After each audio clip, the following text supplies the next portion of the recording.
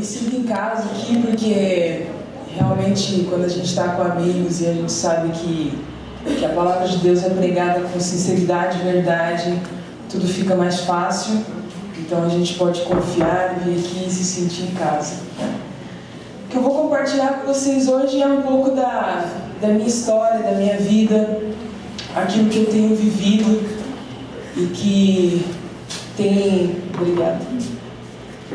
tem me feito crescer bastante.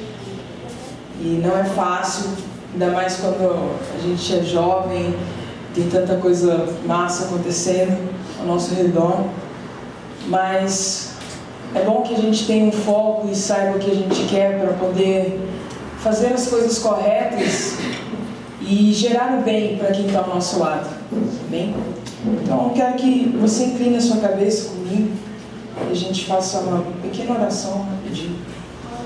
Deus, muito obrigado por tudo que o Senhor tem tratado em nossos corações desde que esse culto começou, com cada música, com cada palavra sincera que saiu, Deus, e que isso possa servir para a nossa edificação, Pai.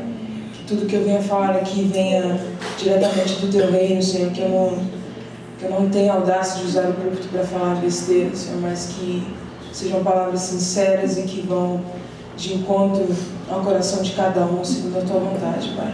Em nome de Jesus. Amém. Então, abra sua Bíblia em Gênesis 22, versículo 15. E essa passagem é uma passagem muito conhecida pela maioria, porque fala de Abraão, do sacrifício que ele teve que realizar para provar no coração dele para Deus que realmente era algo sincero. Todos encontraram? Quem não encontrou, pede para esperar. Tá com vergonha, né?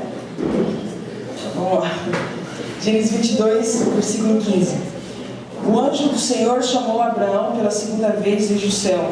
Ele disse: jurei por mim mesmo, diz Adonai, que pelo fato de você ter feito isso, pois você não me negou seu filho, seu único filho, com toda certeza eu o abençoarei, e também multiplicarei seus descendentes como as estrelas do céu ou grãos de areia do litoral.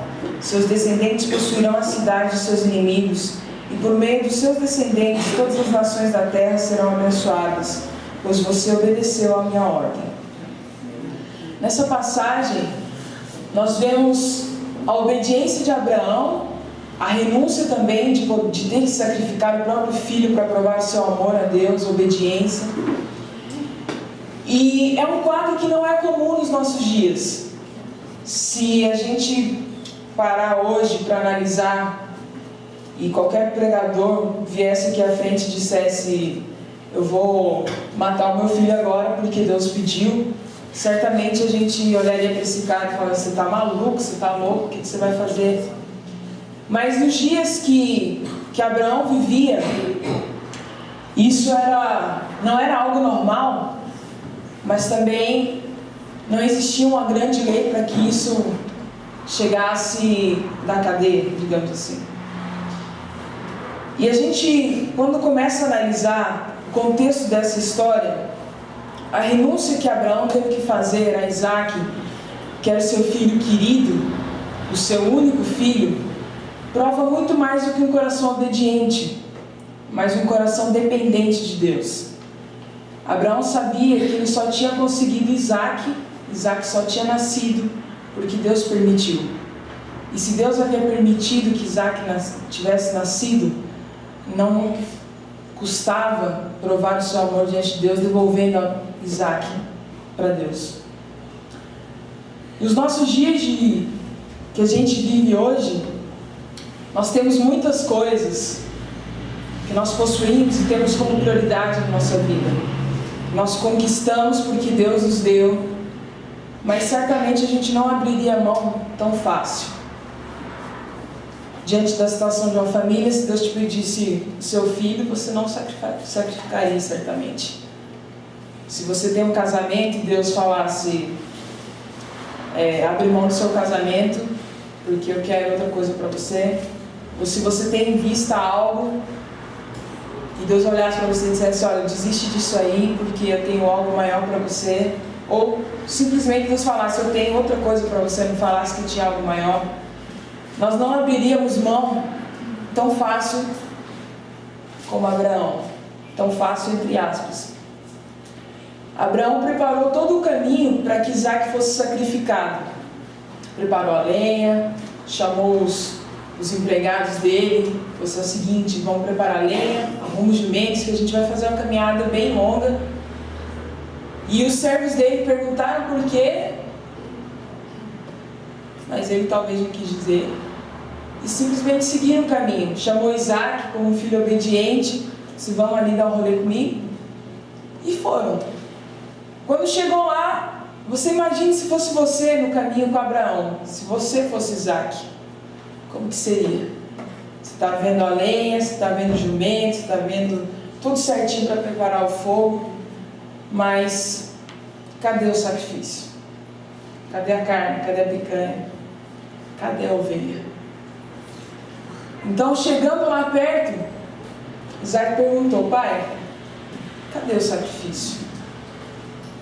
E Abraão, eu diria que loucamente, disse para ele: ó, Deus vai prover. Será que nós teríamos essa confiança em Deus? De chegar a esse extremo e falar, por exemplo, para Isaac: não se preocupa, Deus vai prover. Será que a gente olharia para Isaac e começaria a chorar e falar: desculpa, é você? A primeira coisa que nós causaríamos seria uma revolta, uma briga infinita, porque Isaac certamente iria questionar Abraão: por que você vai me sacrificar? Eu fui um filho desobediente? O que eu estou fazendo de errado? E Abraão não teria respostas.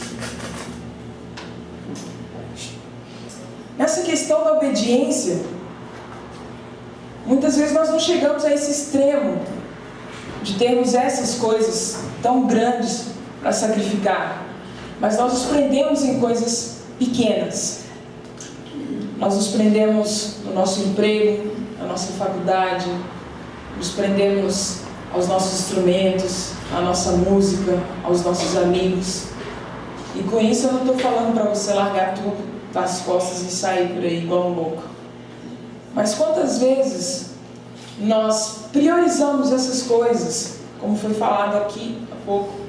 Eu sei que não é fácil quando você tem um filho, dar tempo para Deus. Mas quantas vezes por coisas menores a gente não pega esse tempo e substitui? Às vezes, pela prioridade do nosso instrumento, a gente fica muito tempo tocando e pouco tempo buscando ouvir a voz de Deus.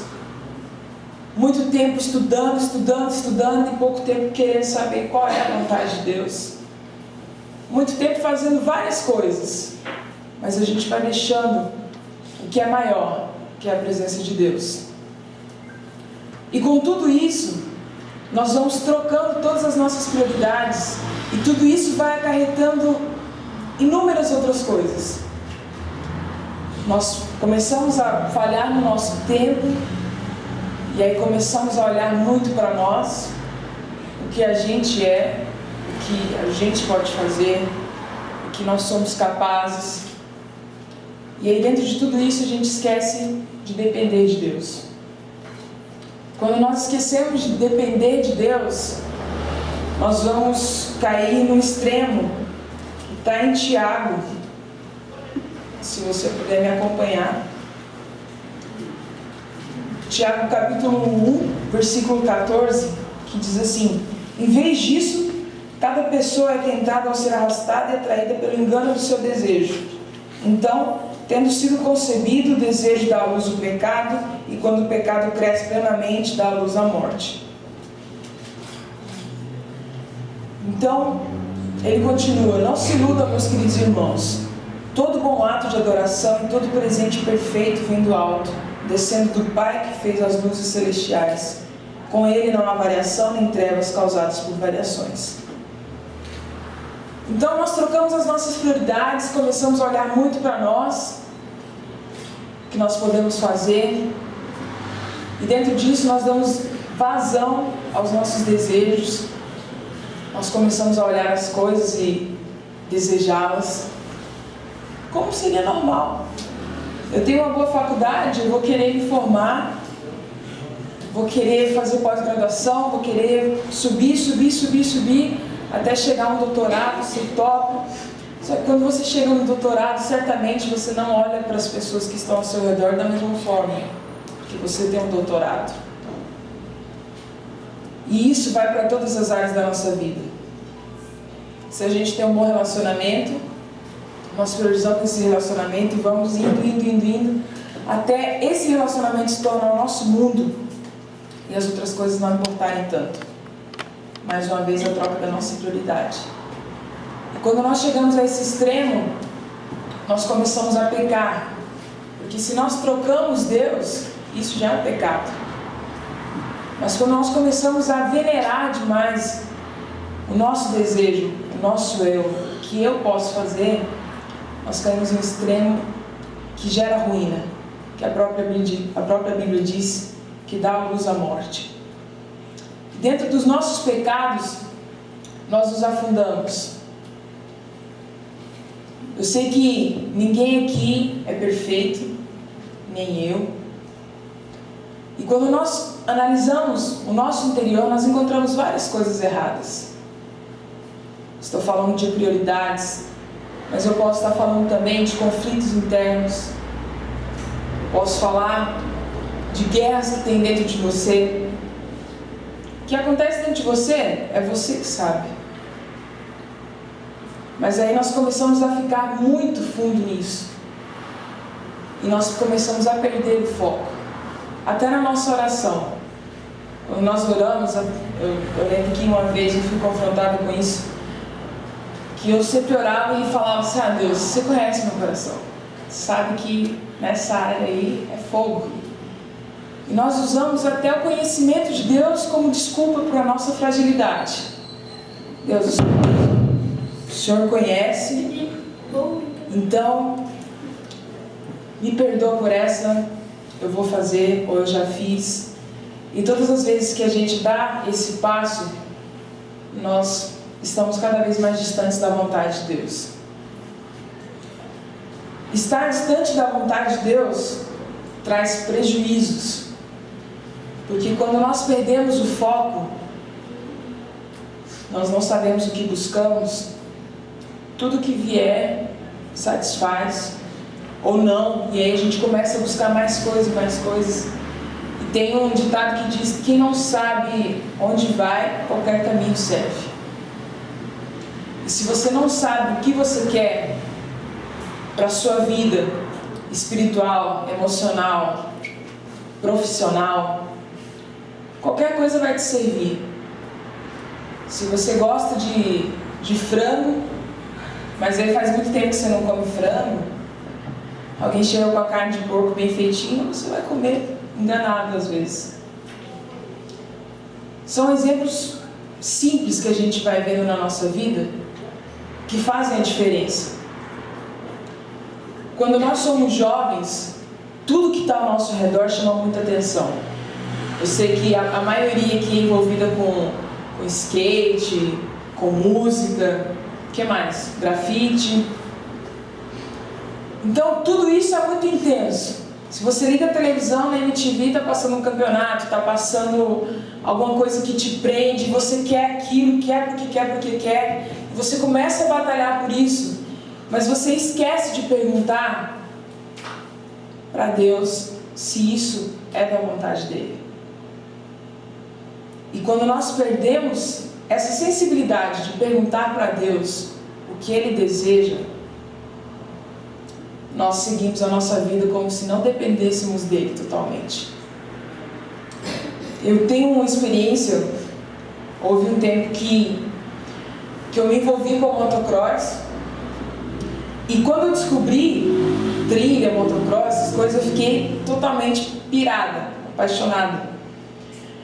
E eu comecei a ir geralmente no sábado de manhã, voltava no sábado à tarde para poder continuar com o ensaio na igreja e todas essas atividades. Mas aí a trilha de sábado foi ficando emocionante, eu queria mais coisas, então já não dava para voltar sábado de tarde, eu voltava à noite, porque eu tinha que sair mais cedo, preparar os equipamentos e passar o dia todo correndo para cima e para baixo. E daqui a pouco o domingo também começou a tomar mais espaço, porque no sábado era com os amigos e no domingo era um treino mais específico. E foi indo. E eu lembro que uma vez o meu pai falou assim: eu acho que o que nos dói mais é quando a gente renuncia aquilo que a gente mais ama. E eu sabia que aquela palavra tinha feito sentido, porque eu tinha trocado o motocross, porque era algo que eu amava muito, e a igreja tinha ficado em segundo lugar, a minha família tinha ficado em segundo lugar. E aí eu fui, e aí chegou um momento que eu me envolvi com o campeonato, e aí eu já não queria mais saber de tempo com a igreja, porque depois que a gente terminava de fazer a trilha, a gente sentava numa mesa de bar, todo mundo começava a contar as experiências, a queda, isso, aquilo, e já não fazia tanto sentido ir para a igreja, porque chegava na igreja, eu ia sentar, ouvir o louvor e celebrar junto, e ia sair do mesmo jeito que eu entrei, porque a minha cabeça estava no motocross, não estava ali na igreja. E então, em determinado momento eu comecei a levar muitas quedas. Toda vez que eu ia para a trilha eu levava umas 3 quedas. E isso foi me irritando, porque modesta parte eu era muito boa. E aí eu falei: poxa, isso não é normal, cara. Meus equipamentos são de ponta, tudo que eu estou fazendo está certo, sou a melhor da turma, por que eu estou caindo tanto assim? E eu lembro que após várias quedas, teve a última que eu levei, assim que eu tinha comprado outra moto, e aí eu estourei as costelas aqui, esse lado direito ficou todo arrebentado, todo roxo. Eu caí por uma coisinha boba, e aí eu voltei para casa e a minha mãe falou assim: Thay, você não acha que está na hora de parar com o motocross? Porque isso aí está sugando todo o seu tempo, você não consegue se concentrar em mais nada, e eu acho que não é isso que Deus tem para você. Quando ela falou isso para mim, eu senti uma pontada enorme no coração, porque como assim não é isso que Deus tem para mim? Eu não posso ser uma motoqueira de Jesus? Eu não posso evangelizar minha galera com motocross? Como é que é isso?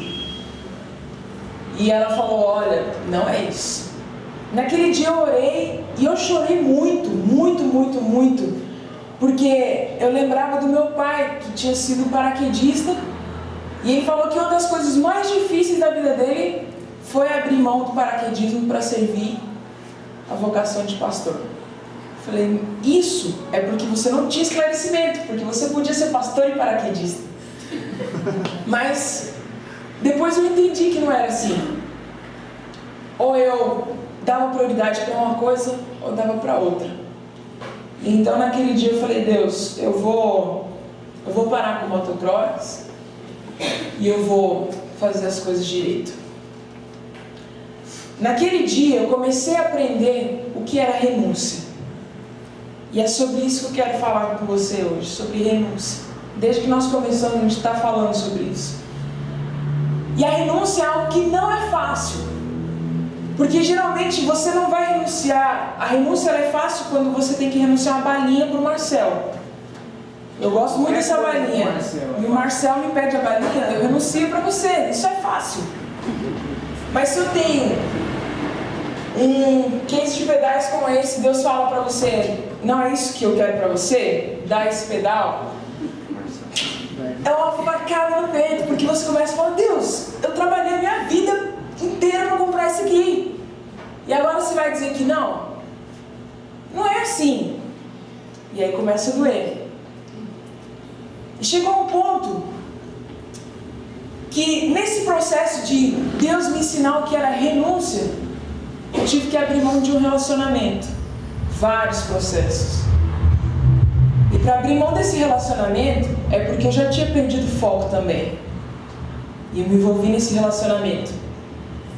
E se você sabe o que é perder alguém com dor de morte, ou o fim de um relacionamento, você sabe que isso dói.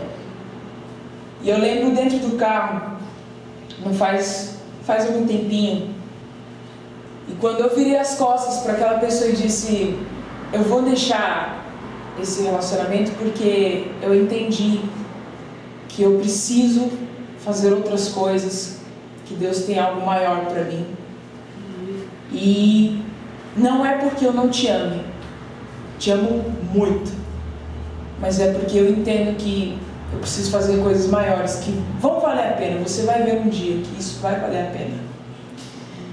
Quando eu virei as costas e entrei no carro, eu chorava, urrava, gritava, eu perdia a voz, eu batia minha cabeça no volante, dizia: Deus, por quê?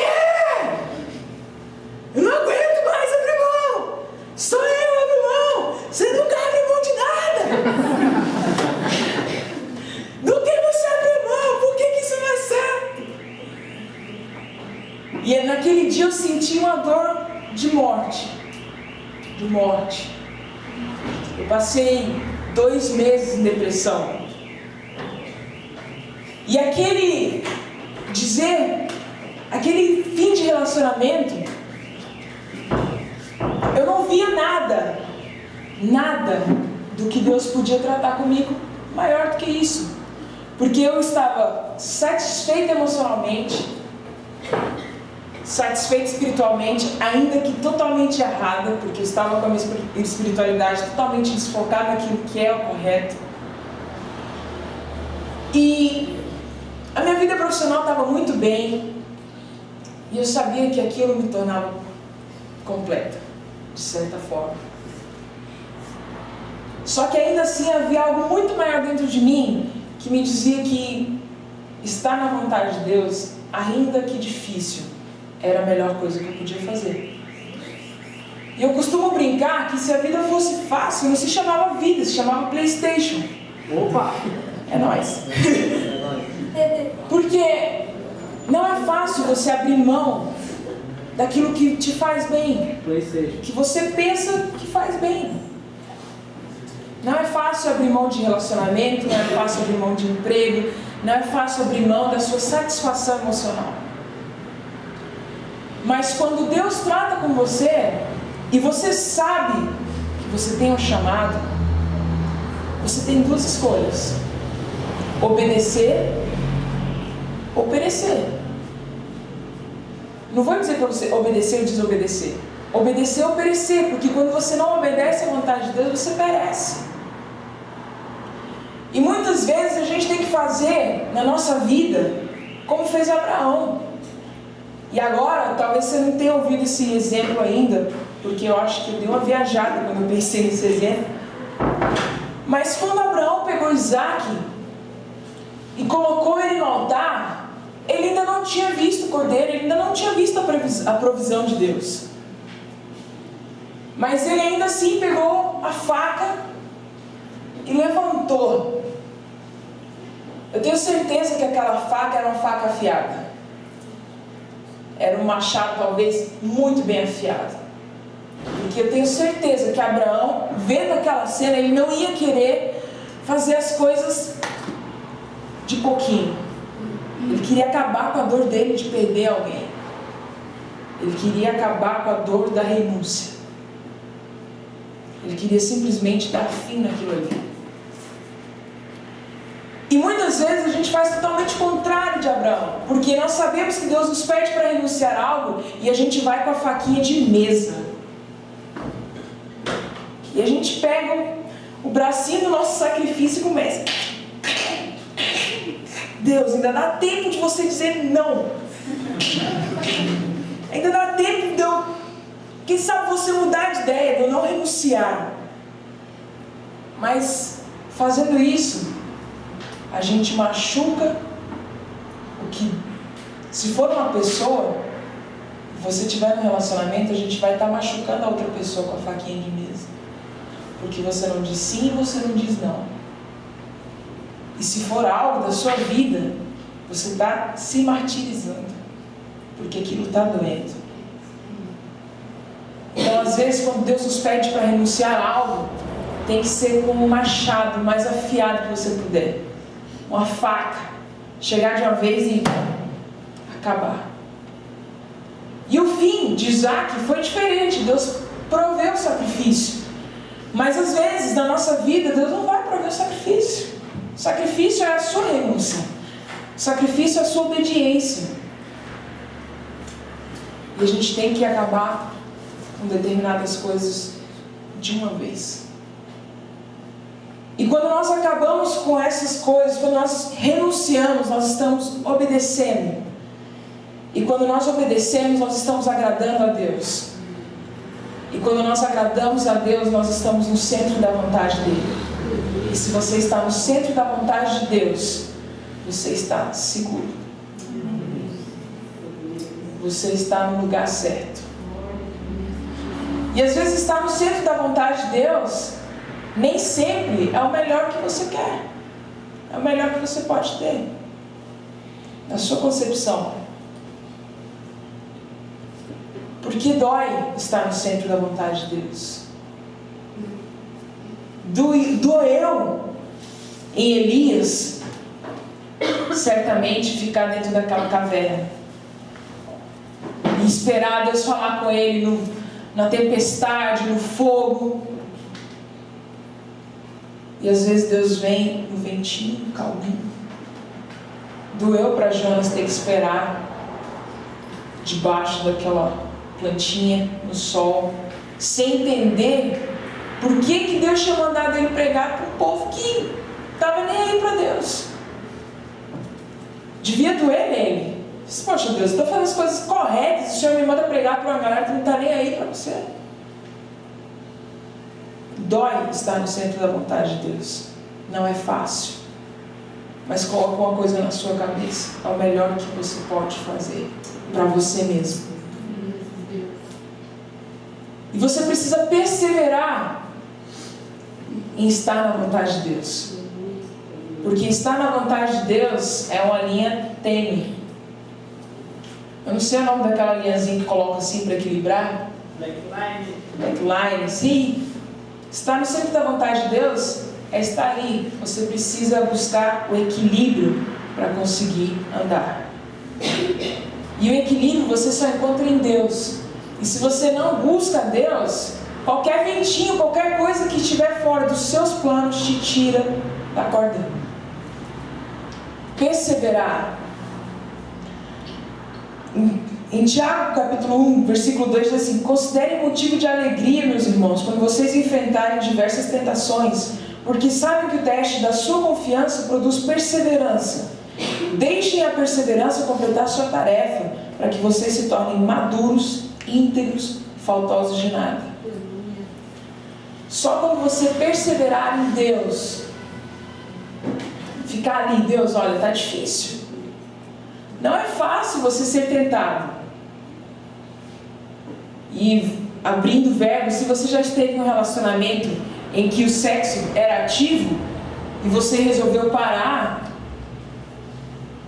quando bate aquela tentação, você vai ficar como? Na nóia. E aí você corre para um lado, corre para o outro. Deus, é difícil. Deus, na parede, Deus. Me segura, Deus, estou perseverando. Se você era viciado, maconha, que seja, quando você passa num lugar que está o cheirinho, você já aprende ali, não era nem para aprender, né? Era de agonia. Deus, me ajuda. Porque não é fácil, cara. Mas se você perseverar, se você aguentar, a cada não que você disser para o seu próprio eu, você está crescendo, você está amadurecendo, você está crescendo em integridade, para que você chegue em Efésios, a estatura do varão perfeito, parecido com ele. A cada não que você dá para o seu próprio eu, você se torna parecido com ele. E não é fácil. Nada disso que eu estou falando para você é fácil. Mas se a gente decidir, se a gente escolher viver a vida com Deus, nas regras dele, nos sujeitando em obediência, então as coisas podem começar a fazer sentido. Quando você renuncia a algo que te faz bem, no seu próprio eu, na sua própria visão, e você persevera, ainda que aos trancos e barrancos, dentro da vontade de Deus, mais cedo ou mais tarde você vai começar a ver os benefícios da obediência. Hoje eu vejo os benefícios da obediência. Eu não sinto falta do motocross. Quando eu quiser fazer uma trilha, eu vou lá, pego a moto e faço. Pego emprestado de alguém, que eu não tenho mais. Mas está ali. Eu tenho um relacionamento hoje que vale muito mais a pena do que aquela renúncia que eu fiz. Um relacionamento que está dentro da vontade de Deus. E isso é fruto de obediência. É fruto de perseverança. Os caminhos que eu tenho trilhado hoje são muito melhores do que os que eu estava pensando em trilhar. E isso inclui obediência acima de tudo. Obediência aos seus líderes, obediência àquela liçãozinha de casa que a gente aprende, obedeça aos mais velhos. Tudo aquilo que você aprendeu, tenho certeza que você está sendo bem ensinado aqui. Obediência, respeito, integridade, bom caráter, falar a verdade.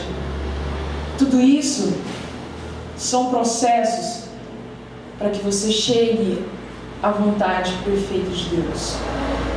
Se você queimar um desses processos, você vai estar retrocedendo o tempo da promessa de Deus na sua vida. Então, o que eu posso dizer para você hoje, que tudo isso que eu estou falando para você aqui, eu estou vivendo. E mais uma vez, não é fácil. Mas quando você busca depender de Deus, ouvir a sua voz, aí sim, as coisas começam a fazer sentido. E você vê muito mais perto a promessa de Deus chegando. E esperar é caminhar. Enquanto você espera a promessa, você caminha em direção a ela, perseverando em Deus. Amém? É isso que eu tenho para dizer para você, compartilhar. E eu queria orar com você hoje. Pedir para o pessoal da música fazer um sonzinho para a gente. E esse som não é para te emocionar, não é para gerar coisinhas no seu coração, mas é para que você se sinta mais à vontade de falar com Deus nesse momento. Dizer para Ele: Deus, é verdade, tudo isso que está sendo pregado aí é um pouco da minha história, que eu tenho certeza que o que eu falei aqui vai de encontro com a sua vida. E se você tem áreas na sua vida em que você precisa abrir mão, que você precisa renunciar, seja no seu orgulho,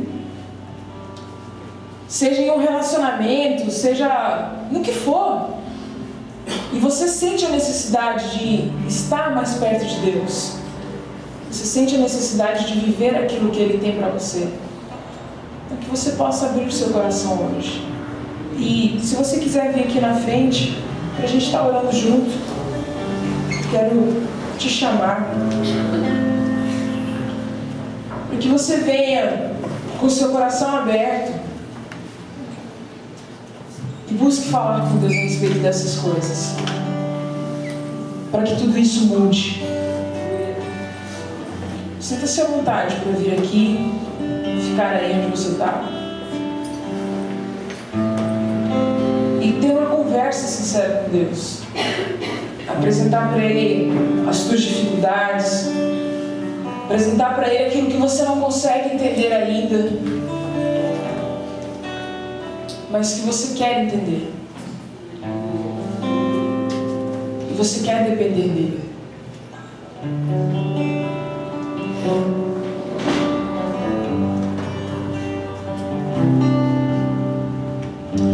Deus, nesse momento, Pai, a gente quer apresentar o nosso coração a Ti, Senhor, de uma forma sincera, aberta e transparente.